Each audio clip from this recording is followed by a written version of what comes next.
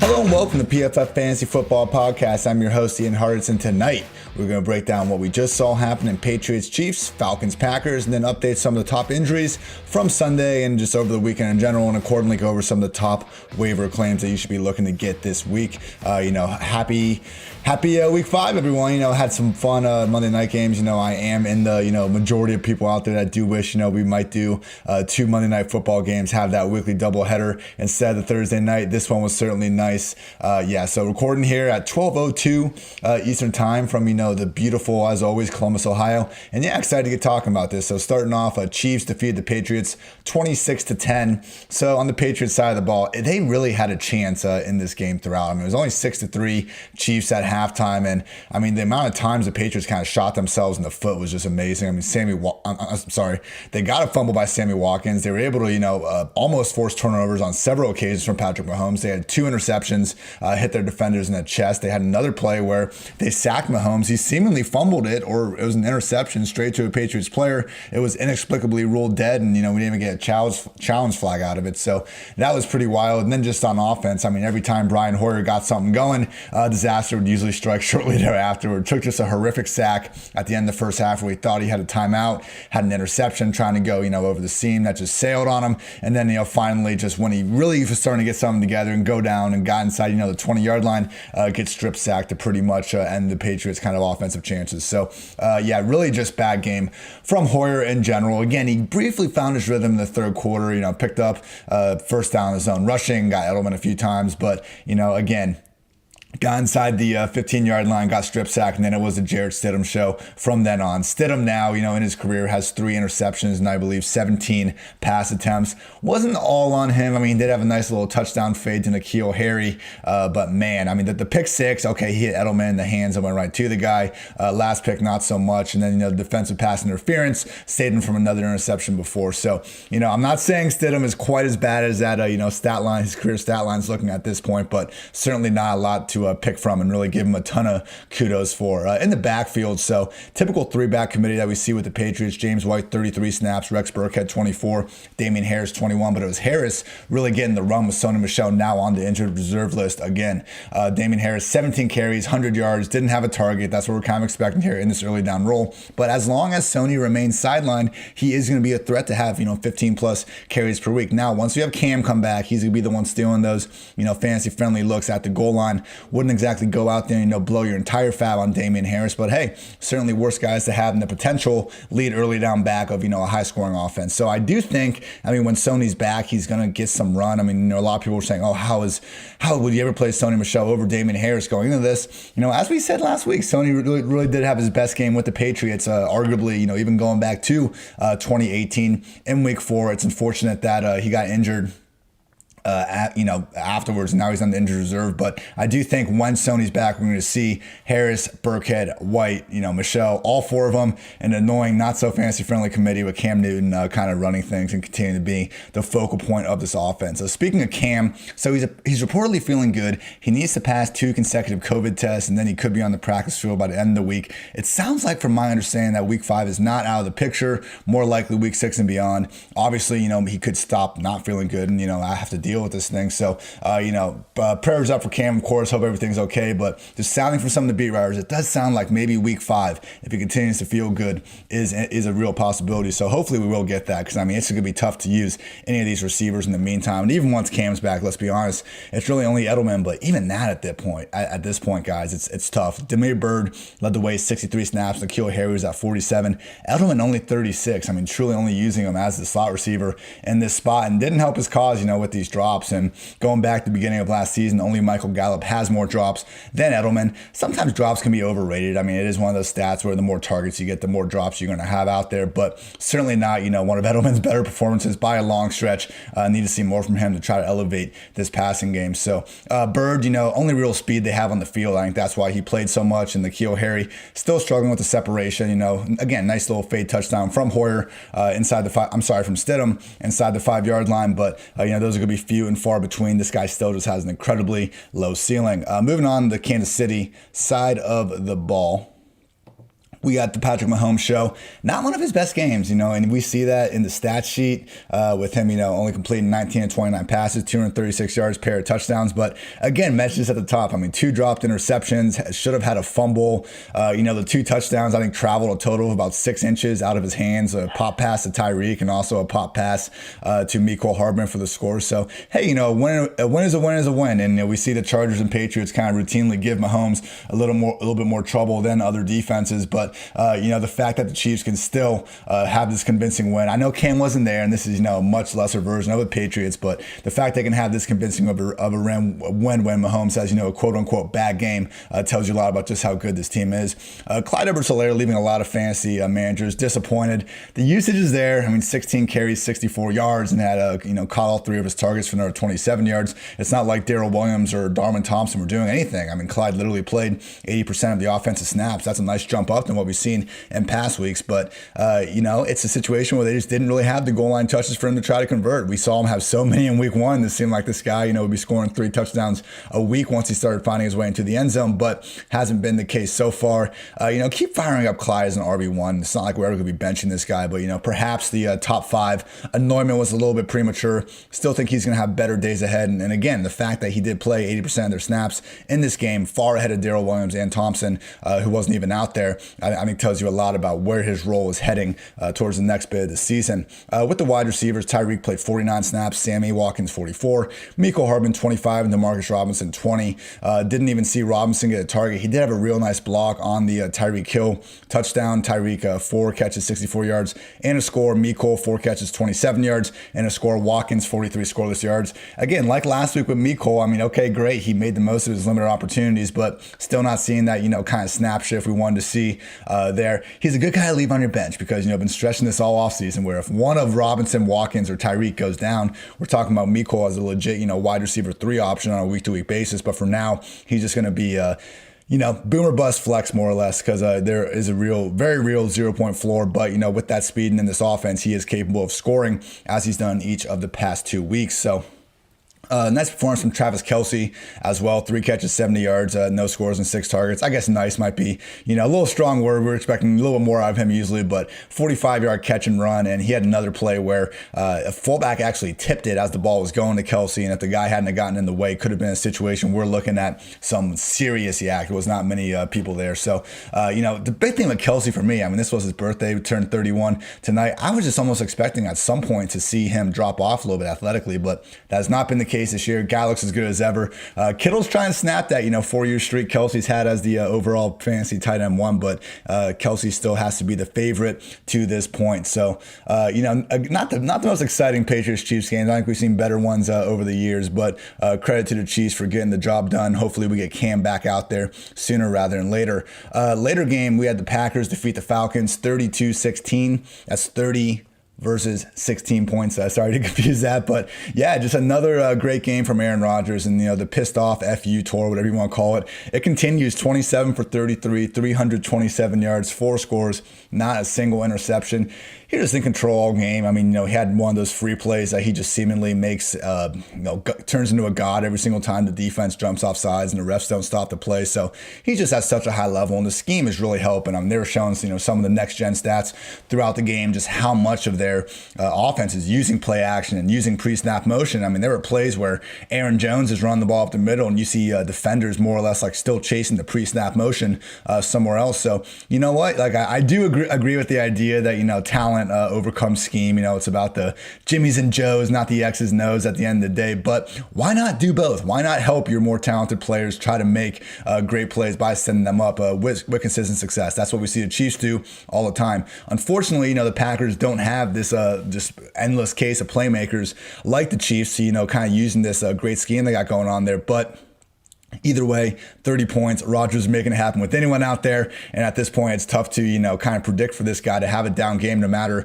who he loses because, no Devontae Adams this week. Aaron Jones was, not quite as involved as people probably wanted. It just didn't matter. Robert Tonyan, everybody, 6 catches, 98 yards, and 3 scores. Rodgers even got Jamal Williams 8 catches for 95 yards. No one else over 50 yards, but the Tonyan connection was all that mattered. Look, none of his touchdowns were, and all 3 of them, none of them are particularly impressive. And, as not impressive as NFL touchdowns could be. I'm not trying to hate on the guy at all. I said on Twitter that, is the most random 3-touchdown performance I've seen in primetime since Larry Donnell did it for the Giants back in the day. Credit to Tanya, and he has been playing well this year. He had 2 touchdowns in the previous 2 weeks, but this was a situation where it wasn't just Tanya. It was Sternberger and Mercedes Lewis as well. Obviously the extra injuries forced their hands a little bit, but credit to Tanya for doing something that Devontae Adams has never done and something that Jordan Nelson only did twice, and that is score 3 touchdowns with Aaron Rodgers at QB. So moving forward, Tanyan freaking almost, I think he is leading the league now in touchdowns or tied for it with Mike Evans.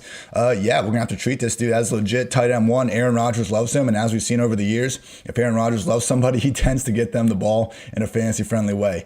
Speaking of this backfield, I mentioned it before where Jones wasn't used quite as much as we all wanted. Only 30 snaps for Mr. Showtime Jamal Williams, 26 snaps. AJ Dillon only 3. Just the only thing I'll say about Dillon, you drafted him in the second round. Everyone keeps talking about, he's going to be so great late in the season at Lambeau when they're putting these games away and they can bruise them. They were up multiple scores against the Falcons for the entire fourth quarter and couldn't even get Dillon one single late game rush attempt. And, when Jamal Williams is converting 8 carries into 10 yards, I don't know. So you use a second round pick on the guy. I wouldn't use a second round pick on the guy, but I'm also not being paid to make these decisions. So you went ahead and did it.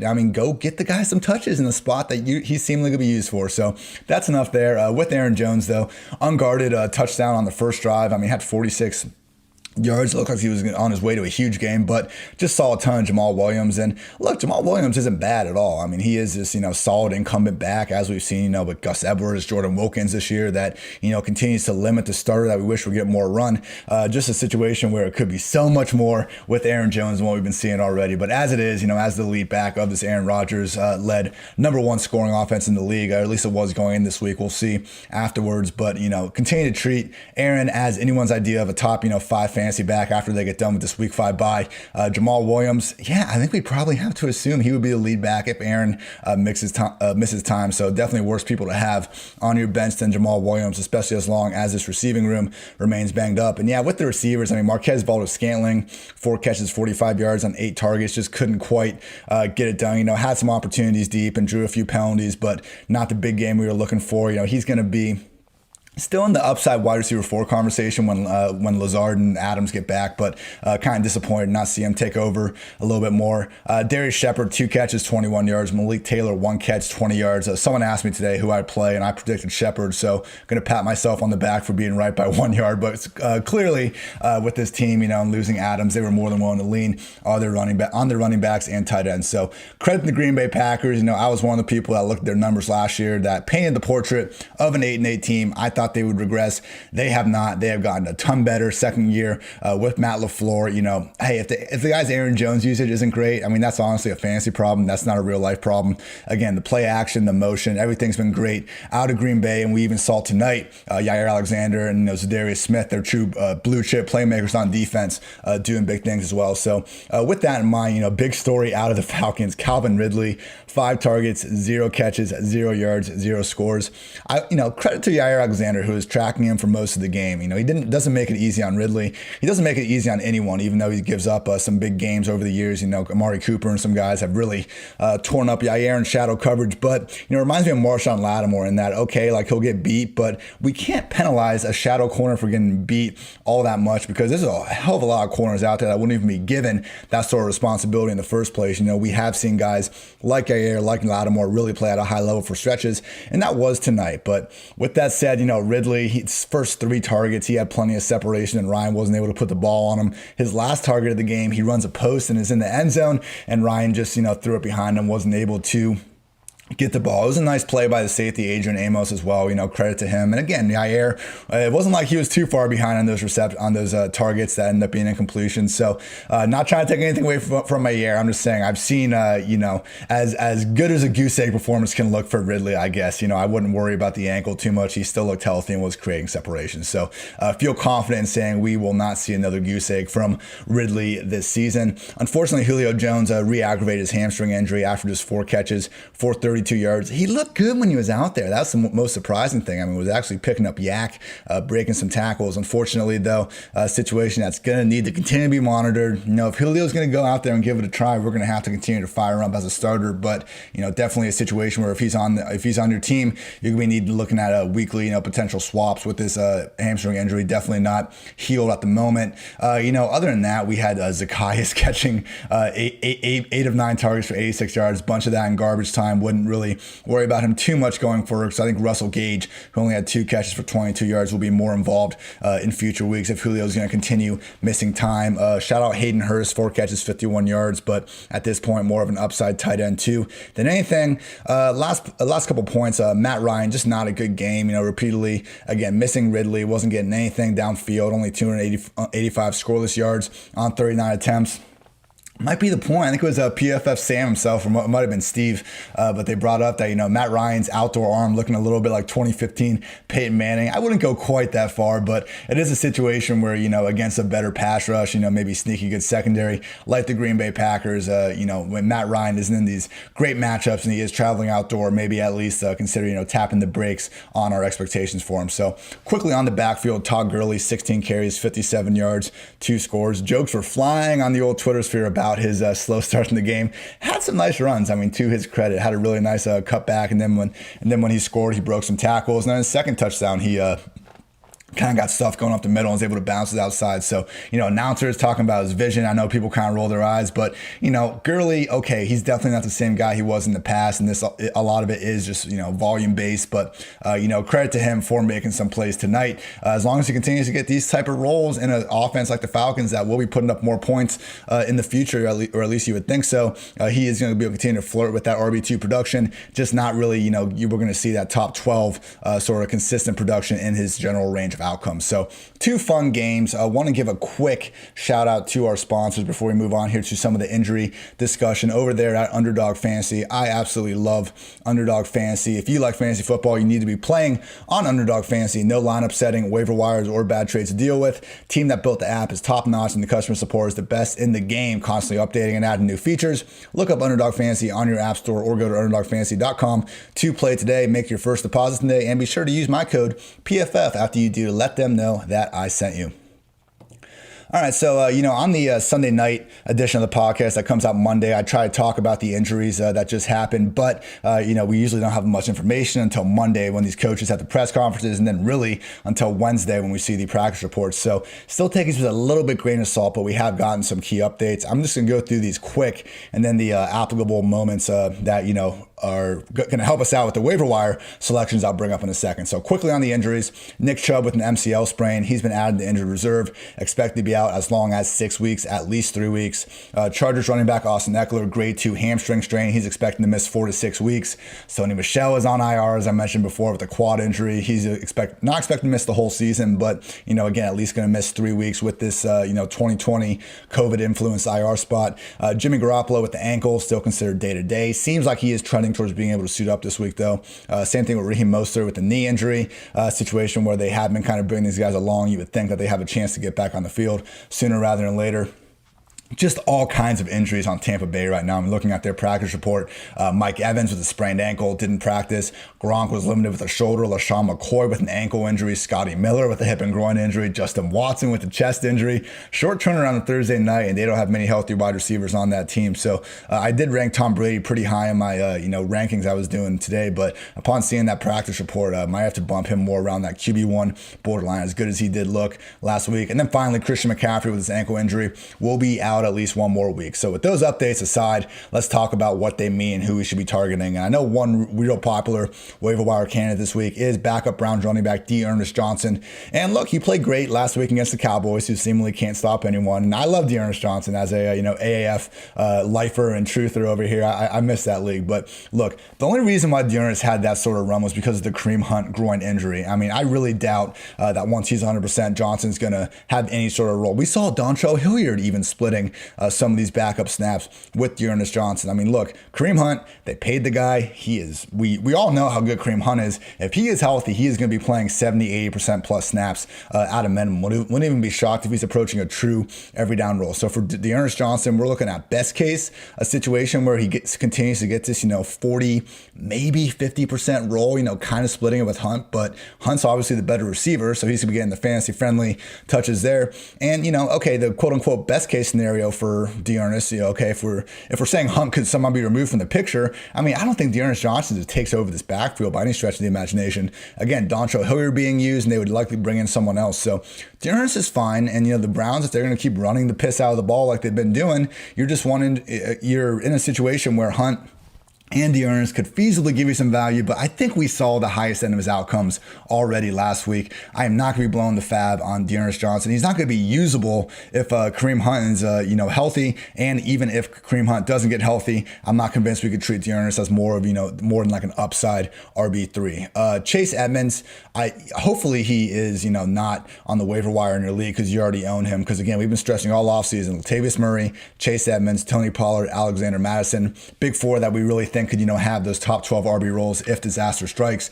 Would just note that last night in the pod mentioned how Kenyon Drake got left the game late. Looked like he got his bell rung. Was actually just him getting the wind knocked out of him, so he's fine. But Edmonds, he's getting closer and closer to having almost standalone value. I mean, he's got 17 targets this year. Drake just 5. Drake's at 67 rush attempts and Chase at 16, but they need a spark. Drake hasn't been providing it. I was really holding out until that Panthers game because everyone can run over the Panthers. Apparently everyone except Kenyon Drake. So disappointing. Drake, if they want to keep giving him 20 plus touches per week, then okay, maybe he can snap out of this. But at some point, we're going to have to, see if Kingsbury is going to try to provide this team a spark. One very easy way to do that would be to give Edmonds more run over Drake. With the Chargers, mentioned Ekeler is going to be out for a while. Luckily, not the whole season, but it's going to be a Justin Jackson, Joshua Kelly show. And I just want to let everyone know that Justin Jackson is a good running back. I don't know why, everyone thinks that Joshua Kelly has just had the best 4 weeks of, any rookie running back ever to start this year. Not to hate on Joshua Kelly, but, Jackson, career 5.1 yards per carry. Last year, he was 5th in missed forced tackles per attempt. The only guys that averaged more yards after contact per rush were Josh Jacobs, Darius Geis, Tony Pollard, and Derrick Henry. Justin Jackson's legit. He's just like, Gus Edwards, Jordan Wilkins, all these incumbent backups that we just kind of brush aside because we didn't see him all that much last year and they weren't a starter. Rookie comes in, we assume the rookie's going to take the job, and that's not what happens. So I know Kelly played more snaps than Jackson after Ekeler went down last week. It could very well be his jobs, but this is also a rookie who is 28th among 43 players in yards after contact per rush. He's 36 in percentage of carries to go for a first down or touchdown, and he's lost a fumble in back-to-back weeks. I mean, okay, he's made good use of some screens. I think his, what he's looked like to me watching the games has been better than some of these metrics indicate, but again, wouldn't be shocked if we see a third back added to this group, to take away some of the more pass catching duties and, continued fumbling from Kelly's going to get him in the doghouse real quick. I am not blowing the fab on Joshua Kelly. Justin Jackson, again, okay, we're talking about a split backfield either way, not necessarily a guy I think you need to go super far out of your way for, like a Justin Jefferson, like a Mike Davis, as we hyped up over the past 2 weeks. But, I definitely at cost, give me Justin Jackson over Joshua Kelly 8 days a week. Sticking with the Chargers for a second, we got to start respecting Justin Herbert as a legit fantasy option. For him to get done what he did against a good Tampa Bay Buccaneers defense without Mike Williams, without Austin Ekeler. I mean, the deep balls he was putting down the field to Guyton and, something named Tyron Johnson were just incredible. And we see him already peppering Keenan Allen, having some good chemistry there. So he's in the upside QB2 conversation. We're going to see a floor game at some point. I don't want to crown this guy as a top 12 option at the position just yet, but, he's done a good job moving the ball, and you don't have those good of games early on, if you can't at least put together some semblance of consistency, or at least I would like to think so. I mean, we have a lot of quarterbacks who are hoping to see the sort of splash games that Herbert has already been able to put on film. So, really good stuff from him. And, this is one of these reasons where over the past few years, you look at Daniel Jones, Josh Allen, these quarterbacks that were drafted really high and just almost immediately written off as a bust. Let's watch them play in the NFL a little bit. I understand, Josh Allen, Daniel Jones heading in very different directions at the moment, but, just so hard to evaluate these quarterbacks coming out of college college. The people that are paid millions and millions of dollars, NFL, GMs and coaches and all that, they can barely do a good job of it. So, don't hate on yourself for messing up one of these guys, for thinking Herbert or whoever it was sucked coming out. It's okay to change your mind, get new information, and we'll adjust accordingly. And that's what we're doing right now with Justin Herbert, playing some great ball. Dalton Schultz with the Cowboys, reasonable tight end now if we want to pick him up. More than reasonable, actually. He is the PPR tight end 5 right now. Only Mark Andrews, Kelsey, Darren Waller, and Noah Fant have more points per reception this season. And you know what? Cowboys using 5 wide receivers: Amari Cooper, Michael Gallup, CeeDee Lamb, Cedric Wilson, and Noah Brown. But when Dak's on pace for 804 pass attempts, he can enable a lot of these guys. So I think Schultz will fall off at some point, but there's no reason why he can't be a top 12 tight end. I do think Jarwin is, a quote unquote better talent. But hey, we saw Witten have, semi-usable weeks at certain times last season. So, seeing these lines that Schultz has put up over the last 3 weeks: 9 catches, 88 yards in the score, 4 catches, 48 yards, 4 catches, 72 yards in the score, 24 combined targets. He's running out there very often inside of one of the league's most prolific passing attacks. So far, the most prolific passing attack, for better or for worse, with that defense kind of causing it to have to be that way. But yeah, Dalton Schultz, if he's on that waiver wire, certainly worse guys to have is streaming at that tight end position. With the Buccaneers wide receivers, Scotty Miller, someone as long as Godwin remains out that we can definitely look to stream as, a boomer bust kind of wide receiver 4. Concerned about this injury, but the air yards are wild here. 354 air yards for Scotty Miller and only 279 for Mike Evans. And for those that don't know, just quickly, air yards are the yards, per target. It doesn't have to be caught, but if Tom Brady throws the ball from his 50-yard line incomplete to Scotty Miller at the 25, those are 25 air yards, 0 reception yards. So, the good way that you can sometimes identify undervalued wide receivers is looking at the guys that are getting a bunch of air yards and not converting those into reception yards just yet. Josh Herzmeyer over at Establish the Run is the master at this. Make sure to look at his air yards model and to find folks at ETR if you desire. So Scotty Miller, he kind of busted in week 2 with 2 catches for 11 yards when Godwin was out the first time. But other than that, he's had 5 catches for 73 yards, 3 catches, 83 yards, and most recently 5 catches, 83 yards in the score. So even though Justin Watson has more playing time, we've seen nice chemistry with TB12 and Scotty Miller. And those air yards, again, it's crazy. He's a boomer bust guy, but hey, you can do worse than having boomer bust guys out there. And someone else that's kind of like that is T. Higgins. He's playing a little bit more consistently than Scotty Miller. Hyped him up last week as someone you can feel confident in signing. Again, it was Justin Jefferson number 1 last week at wide receiver, but T. Higgins too, because his snap role changed. It wasn't a Mecole Hardman situation where, he just kept doing the most of the limited snaps. I got to quit saying that about Mecole Hardman, though, because the guy keeps scoring with his limited snaps. So, credit to him. But with Higgins, again, true role change. And like Scotty Miller with this, all the air yards. Right now, T. Higgins is 14th in air yards behind Terry McLaurin. We're going to see some ups and downs. Burrow, he's been, very erratic throwing downfield so far. And good God, please don't start him this week against the Ravens. But again, there's some ceiling here. And if we see A.J. Green just continue to struggle this badly, wouldn't be shocking to see Higgins actually wind up as number 2 most productive receiver in this offense behind A.J. Green. Just 2 more guys to get through. Thank you all for sticking with me here on the PFF Fantasy Football Podcast.